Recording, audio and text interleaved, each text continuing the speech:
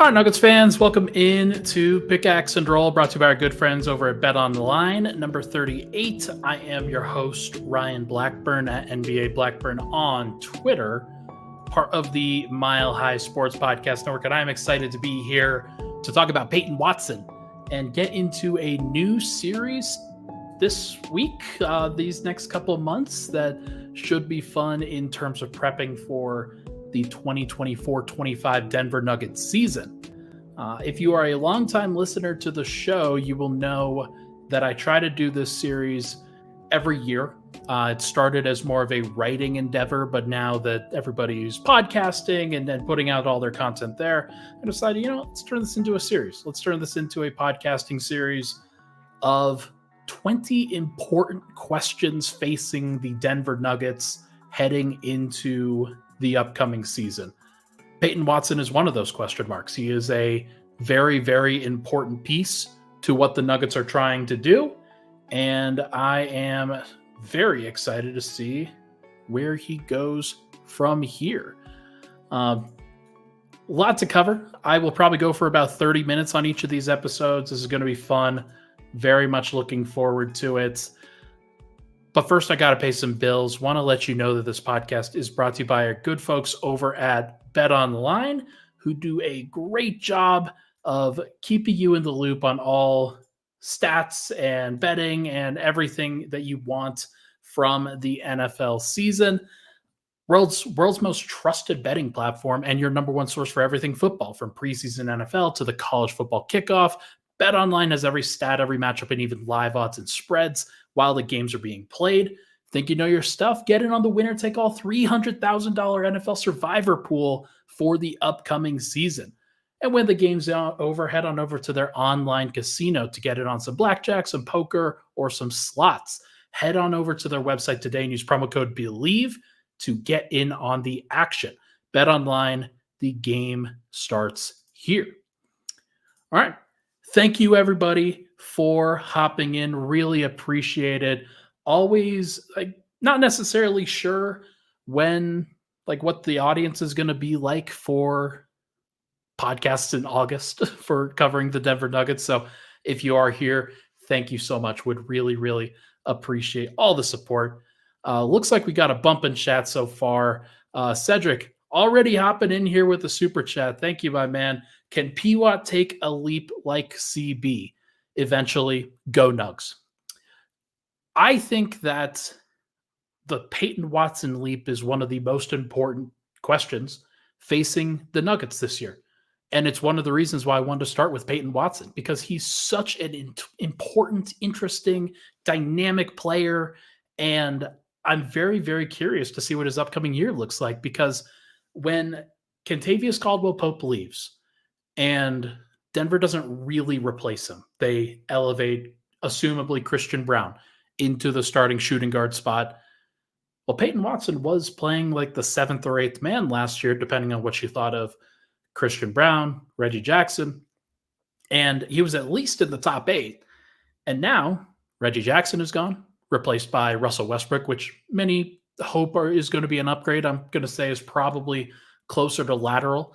But then Christian Braun exits the bench, and there's nobody really replacing him other than Julian Strawther. So I'm really curious to see whether Peyton Watson's role increases this year.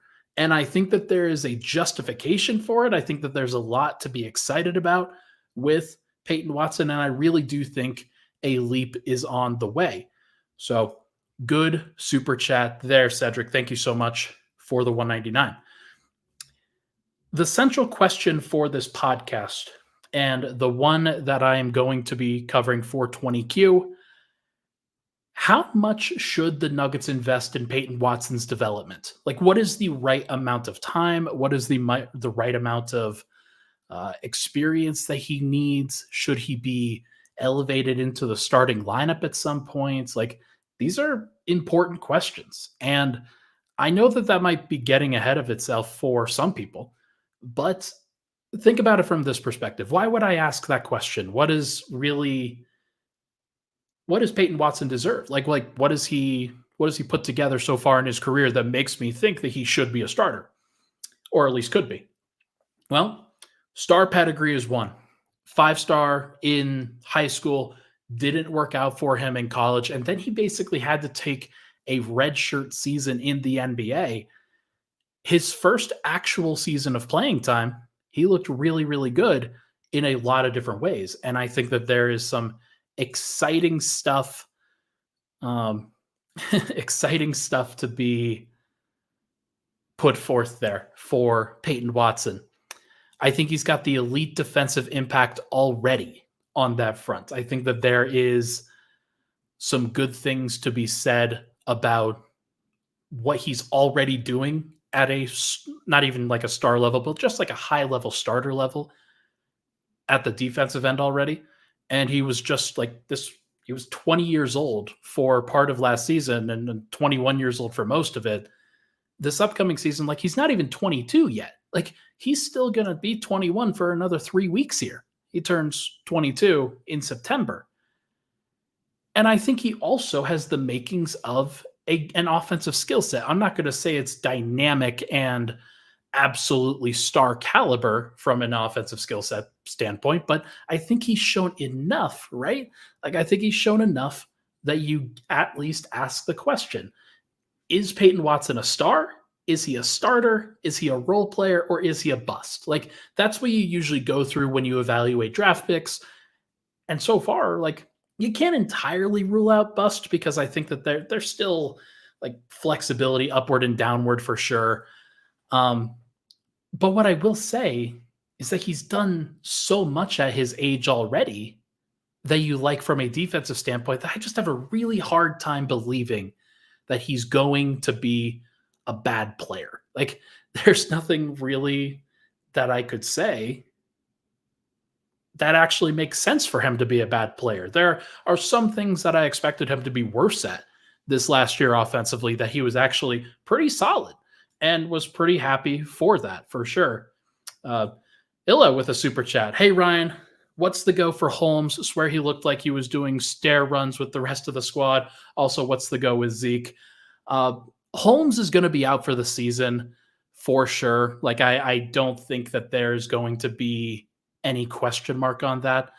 The Nuggets are going to give him as much time as possible. And what you're looking for with a rehab for Holmes is when he starts doing change of direction stuff and he starts planting and going. Straight line stuff like stairs is a little bit different, but I do think that it's really exciting to see him back out there.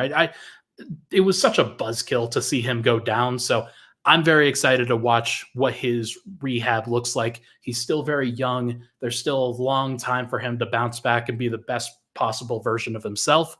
As for Zeke, I will be answering that question in an upcoming 20Q.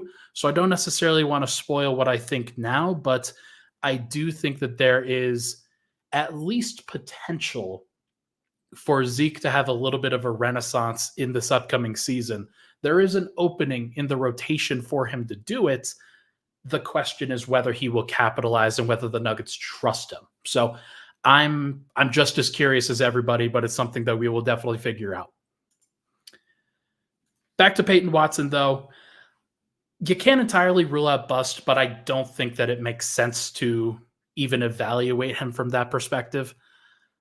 I think a role player is where he's currently at, and I expect him to stay there for this upcoming season. The question is down the road, can he be a starter? Can he be a star? And how much should the Nuggets invest in trying to get back a star or starter level player at that spot? Because they've already got Michael Porter Jr., they've already got Aaron Gordon. If they believe in Christian Brown, he's their starting shooting guard. How much do you invest in Peyton Watson being that dude? I don't know. Money gets really expensive in the NBA, and I think that there is a justification for trying to keep him around so you can keep your roster pretty cheap. But I think that that's also, you start to get in some stuff where you kind of want to play around with it a little bit more. You want as much talent as possible, but deploying that talent in the best possible way is what the real question is. So I promise some awesome numbers I promised some great numbers for Peyton Watson, and I'm about to give them here. Second season in the NBA, age 21, he played 80 games. I don't think that's talked about enough. 80 games for Peyton Watson. I know a lot of people were confused about Michael Malone's rotations and things of that nature. Is he going to play young guys? Well, Peyton Watson was either 20 or 21 for much of last season, and he played him in 80 games. 18.6 minutes per game. Probably could have played just a little bit more, but that's I think your general eighth man. Like that's where you're expected to play. 6.7 points, 3.2 rebounds, 1.1 assists, 0.5 steals, and 1.1 blocks per game. That blocks per game number is special. In that number of minutes, that is a special number of blocks per game. 46.5% field goal percentage, 29.6% three-point percentage, 67 free throw percentage.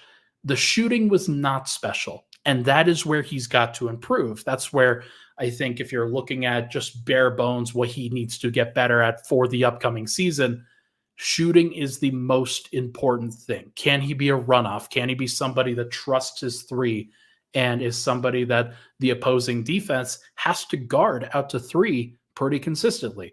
I think that's a fair question for sure. But here's my important stat. My most important stat for sure. Since 2010, age 21 or younger, these are the young players that get an opportunity. Here is the entire list of players with 500 points, 80 blocks, and 40 steals in their age 21 season or younger. This is in alphabetical order.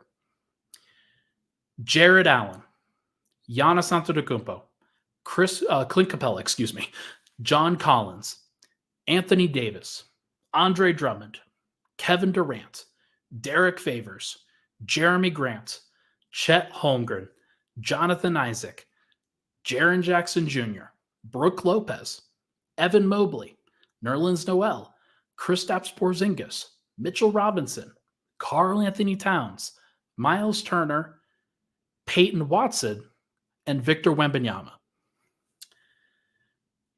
Here's why that matters. It is so important that when you are young in the NBA, that you show something, that you put out numbers, that you're able to get involved and that you're able to stay involved in some way, shape, or form to show that you have a skill set that matters at the NBA level.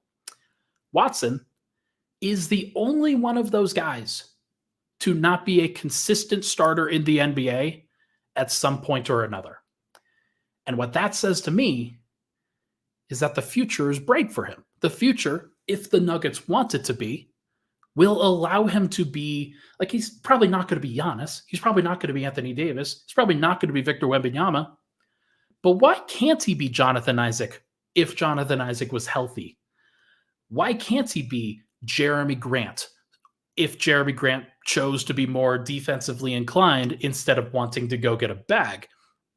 Why can't he be the equivalent effectiveness of Jared Allen or Clint Capella or Jaren Jackson Jr., who's a defensive player of the year? Like, the list of defensive players on that tally is so impressive. So the list, the actual statistic, by the way, age 21 or younger. So your young guys that are playing, 500 points, 80 blocks, 40 steals since 2010. I just wanted to do it since 2010 because it pares down the list a little bit. But the fact that there are no bad players, none, zero. Like Nerlens Noel, obviously, he kind of fell out of the league a little bit. He was best as a sixth man or backup center as opposed to a starter, but he did start for a while. And the fact that there are so many good players, especially defensive players, in that list is really important to me. Watson started 4 games. Mitchell Robinson that year started 7 games. Derek Favors started 8. John Collins, 26. Clint Capella, 35. Everyone else there started 50-plus games. And the reason why those guys got to be as good as they were was because of reps, was because of experience, the opportunity to become better. And that is an interesting place for the Nuggets to be specifically. These are your players that are as productive defensively as Watson.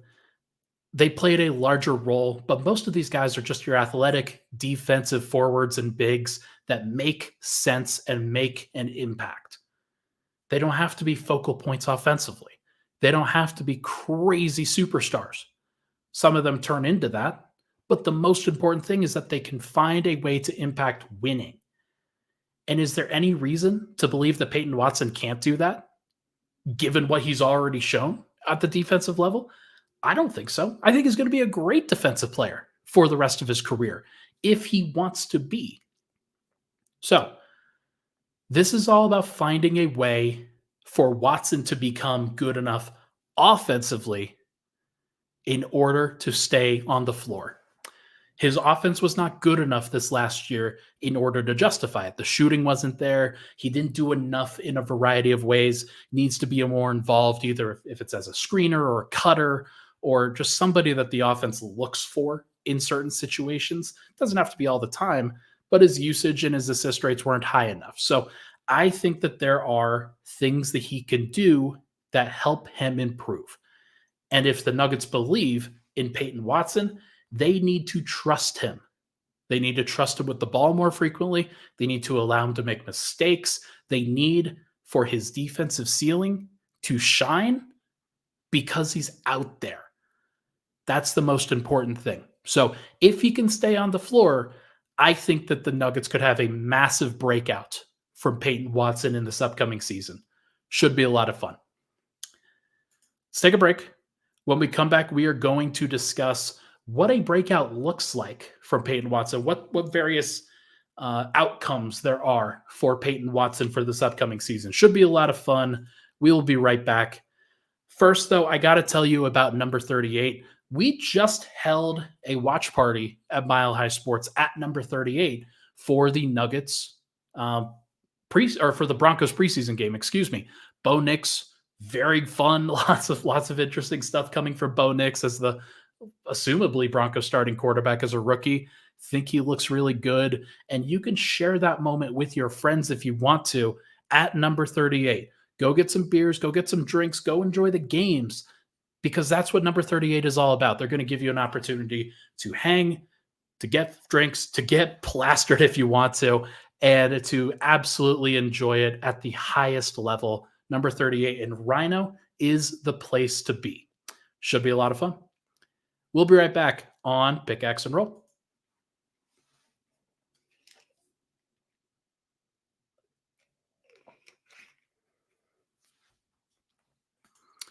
All right, final segment, Pickaxe and Roll. Thank you so much for tuning into the show. Appreciate all the love and support on the podcast. Please like and subscribe to the video as we continue to do our 20Q series, beginning with Peyton Watson. You can get a lot of this content over the course of these next couple months from me. The Nuggets are basically about 63 days away from playing, 65 days away from playing. They're going to get back into town and go start doing some open runs here pretty soon. And lots of guys already working in Denver. So there's a lot to get excited for this Nuggets team. So make sure to hit that like button, hit that subscribe button. And if you're interested in more Broncos content, by the way, Cody Rourke is doing a great film breakdown series. Did some stuff on Bo Nix over the course of this last couple days. And then Troy Rank. You know Troy Rank. He's been a Denver legend for a while as a coverer of a variety of sports. He's doing a podcast on MHS that just aired today. Really excited to have Troy as part of the team. He's going to do one podcast a week, I believe, and have some really interesting content. So if you want to learn from a legend, make sure to check that out too. Okay. Important stuff for Peyton Watson to improve. Like I talked about statistically, the low usage, the low assist rates, that's definitely an important thing. 3-point percentage is really important. Free throw percentage is really important. He was at 67%. It's actually higher than what his career average was because he shot very few free throws during his rookie season. I think that he can get better as a free throw shooter. It sounds like he has been working on his shot over the course of these last few months, especially while he's been out in LA.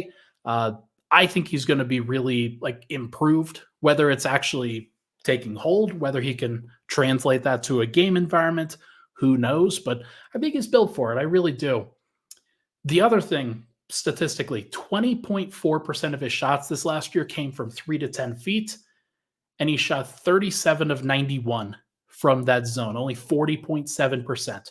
That ranks 146th out of 189 players to attempt at least 90 shots from that zone. That's not the right number. That's not where he should be. Like, he should absolutely be above 50%. Like, if he's going to be a finisher, if he's going to be dynamic with the ball in his hands, he's got to get more creative. He's got to be a better finisher around the rim, and he's got to see the rim a little bit better and have better touch. And I think that just more confidence will go a long way in that regard. What he ultimately does, we will see. Okay. Who will Peyton Watson play with? With the starters, it's Jokic and Murray. He's going to be around the Jokic-Murray two-man game. Maybe Murray or Porter stagger with the second unit, and maybe it's more of a Jokic-MPJ two-man game. Obviously, Peyton Watson's not going to be a high-usage player in those groups. There's no doubt about it. Like, I wouldn't expect that from him. I also don't necessarily expect him to be a super high-usage player with the bench. Russell Westbrook will take on a lot of that usage. Dario Saric will take on some of that usage, both as a shooter and a playmaker. And then Julian Strawther's going to space the floor, and I think they're going to look for him a lot as he continues to grow into his role as well. But I do think that there's been a little bit of an overblown concern about like Peyton Watson's fit with Russell Westbrook. One, those guys know each other. Like Peyton Watson, he says one of his idols growing up has been Russell Westbrook for what he did growing up in California. He went to UCLA as well, and then they've carried a relationship. And I think that is something that could really help Peyton Watson, because Russ, say what you want about Russell Westbrook, what he will do is look out for Peyton Watson. He will try to get him the ball in a good position to succeed. And I think that while Reggie Jackson did try to do that at some points, there were a lot of times where he just looked to shoot, where he just looked to space and wasn't necessarily trying to do the hard work, trying to get other people involved. He did it sometimes, and maybe Peyton Watson wasn't quite ready for it last year. I think this year he will be, and I think that there's a lot to be excited about for a Russell Westbrook Peyton Watson connection, especially in transition. Those guys are going to be running, and that is really exciting at the mile high level, where you should see a lot of outlet passes. You should see a lot of alley-oops where those guys set each other up, and there's going to be a lot of fun plays. So hopefully the Nuggets can just get easy baskets for Peyton Watson. That's the most important thing. He will have to improve in half court, but getting him even more easy baskets in transition, that's where the bread is buttered for sure. And then Saric, he's going to hit him on cuts. He's going to hit him on outlets. That's the good thing about having a floor spacer at center. It's the same thing with Jokic. Saric will be able to take on some playmaking responsibility, hit Peyton Watson as a cutter, and then also open up the floor for when Peyton Watson wants to drive. Like, I can see a setup where Russell Westbrook and Dario Saric are running a pick and roll on the side. The ball is swung to Peyton Watson at the top of the key. And then because Saric is out there on the perimeter, the paint is actually open. Now, it depends on who else they're playing with, right? Like, if he's going to be playing next to a non-floor spacer or power forward, let's say Peyton Watson is that small forward in those lineups, and let's say it's Zeke Naji, that could be a little bit difficult from a spacing perspective. That defense should be pretty solid, but that's not necessarily what you're looking for Peyton Watson's development specifically. So I think that it's going to be fascinating to watch what position he plays, who he plays with, and how often they are featuring him. Different outcomes for Peyton Watson this year. There are three that I really see. One, he's a similar player with a slightly larger role because you're losing KCP. Somebody has to play those minutes. Two, he struggles with that additional responsibility. and returns to kind of a similar or lesser role, and maybe somebody else plays that more extended role, whether it's Julian Strother, maybe it's Vlatko Chanchar, maybe it's Zeke Naji, who knows. Dario Saric also a candidate there. And then number 3, he makes tangible improvements to his game and becomes more deserving than just a 6-man role. I have questions as to who's going to be the 6th man. I think that it's possible that it's just going to be Russ. I think it's possible that it should be Peyton. And especially when guys are resting, like who starts in those situations. Like if Christian Braun sits out a game, does Julian Strother start in his place? Does Peyton Watson start? Does Russell Westbrook start? Like I have a lot of questions on how they're gonna handle that. If it is Michael Porter or Aaron Gordon, I think that Peyton Watson should start all of those games, whether it's at the 3 or the 4. He's going to play a complementary role in the starting lineup, but you want to see him play as many minutes with Jokic and Murray as possible so everybody can get as comfortable playing that way as possible. That's my wish for Peyton's role. But from like a minutes perspective, if he's just in a slightly larger role, like in the first scenario, 20 to 22 minutes per game, maybe, that's solid. I think that's a good amount of growth. It may be like a more linear growth curve than what people are hoping from an exponential perspective. If he struggles with that additional responsibility, like I said, he averaged about 6.5 points, 3 rebounds, 1 assist. If he averages about that again, and then maybe doesn't even improve that true shooting percentage or that EFG, then you're looking at some questions as to how long you want to continue to feature his development versus are there other guys that you can feature on the roster like a Julian Strother, maybe Day'Ron Holmes in the future? Like, are those guys maybe coming for some of those minutes instead? Lastly, 23 to 25 minutes per game. That would be pretty sick. That would be a serious 6-man role, something closer to what Bruce Brown played for the Nuggets back in the day. And I think that there is some utility to having a player like that who's doing it. 10 to 12 points, 4 to 5 rebounds, 2 assists, 2 stocks, maybe an improvement in the true shooting percentage. You're feeling pretty good all around about what Peyton Watson can do. I think that that's on the table. And I believe in his talent, if the Nuggets believe in his talent and Michael Malone decides to play him that much, Peyton Watson obviously has to reward him, but we will see. Super chat from the Exquisite Nugget. He says, Ryan, we got to do a show and all that together. I did DM you on Twitter. Let me know if I could be a guest. This is Cedric. I might collab with Will and Grace. Sick. Is this the new account? I see Cedric Exquisite and the Exquisite Nugget. So a little confusing, but I appreciate the super chat all the same. We could probably set something up. I definitely need to have more guests on the show. That is absolutely something. So everybody go subscribe to Cedric for sure. He says he's almost at 30 subs. Please sub to Cedric if you can. But yeah, like between those 3 scenarios, what's more likely?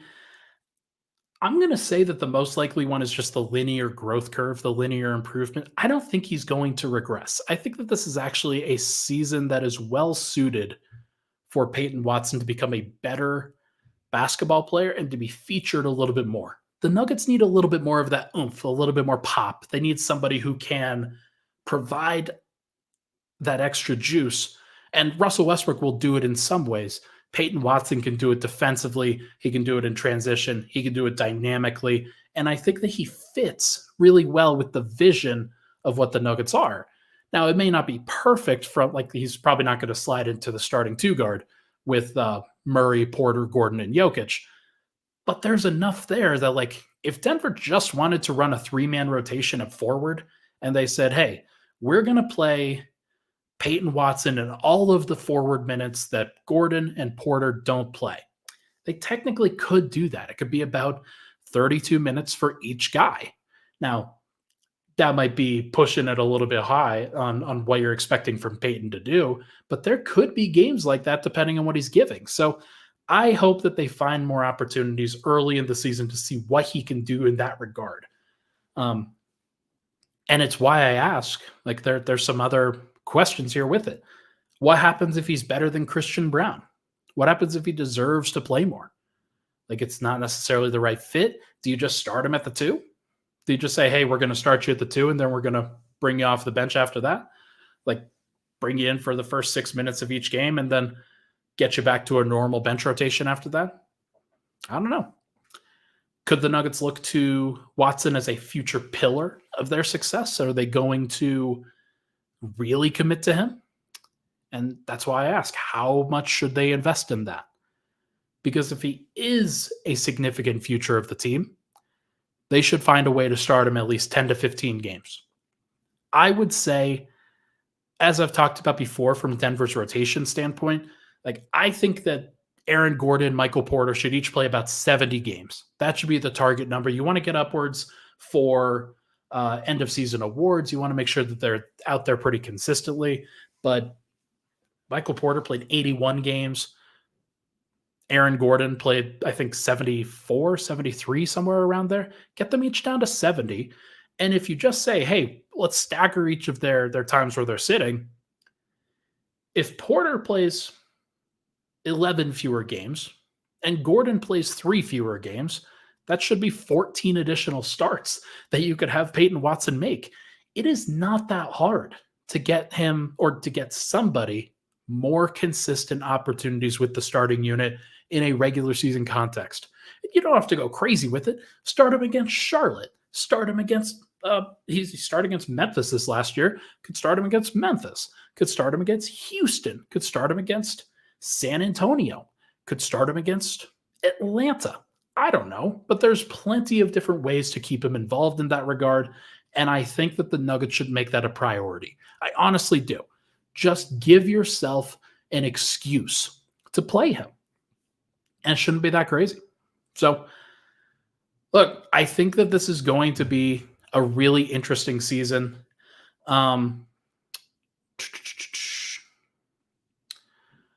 Ari, send me another DM on Twitter just so I can find it again, and I will make sure to respond tonight when I'm done with the show.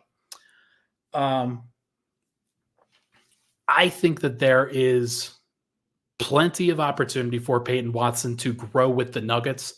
And I think that because they don't have a bunch of talent, like they've got their starting group, but beyond that, they lost KCP and they didn't necessarily replace him with a bunch of talent. I think that you got to lean into the players that you do have. You have to try to squeeze out as much as you can from these guys. And Peyton Watson is a prime example of that. If there is a chance that he grows into something special, you have to explore it. And I don't think it takes away from Denver's vision of being a playoff team, because he's going to be an important defender for the team anyway. So you're really just trying to explore, okay, how important is he going to be? So I'm curious to see it. All right, folks, that is going to do it for this episode of Pickaxe and Roll, brought to you by our good friends over at Bet Online and number 38. Thank you so much for tuning into the show. Thank you for the super chats today. Really appreciate that as always. I will be live again on Thursday nights. That's the next time I'm going to go live. I'm going to probably do 2 shows a week for the foreseeable future. And then as things kind of kick into gear, I'll do some more shows and we'll really start to kick up the 20Q questions. Should be a lot of fun. All right. Thank you so much, everybody. Really, really appreciate all the love and support. Hit that like button, hit that subscribe button on the way out. I'll talk to you guys very soon.